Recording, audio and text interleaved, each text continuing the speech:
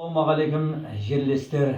Бүгін ақиқ ақынымыз, жерлесіміз Өмірзақ Қожамұратов ағамыздың туылған күні құтты болсын дейміз. Мынау ақын өлсе де, ақынның жазған өлеңдері ешқашан өлмейді дейді. Сол Өмірзақ Қожамұратов ағамыздың бір жақсы сөзі бар. Ақылдан адасқандардың ажалдан адаспайтынын, тағышын таласқандардың табытқа таласпайтынын.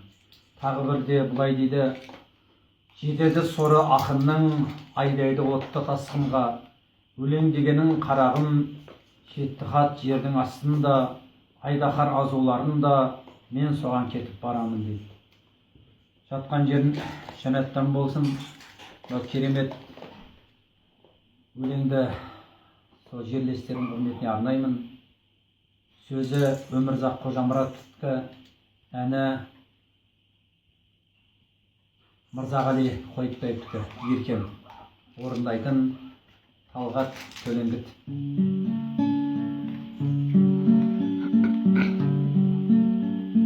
Жусанның жопарынан алатын деп, еркем сен елге қарай баратыр мен. Өзіңмен кетті қиял ойым бірге, жабырқап тұрды мінсіз қалатын мен. Мен сенің гүл бейнеңді мүсіндедім, өлең жаздым, оқыдым, түсінбеді. Алдымда балу жанып күліп тұрды, әйтеуір көңілге кір түсірмеді.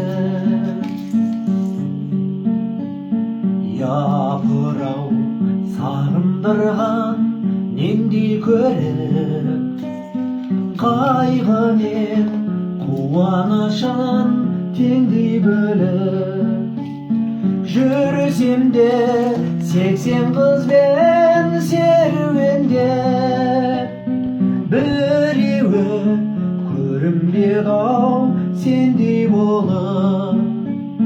Мен сенің гүл бейнеңді мүсіндедім, өлең жаздым, оқыдым, түсінбеді.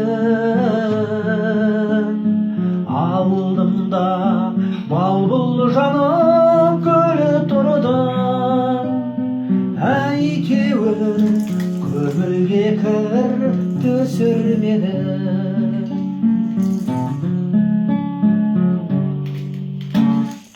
Рахмет.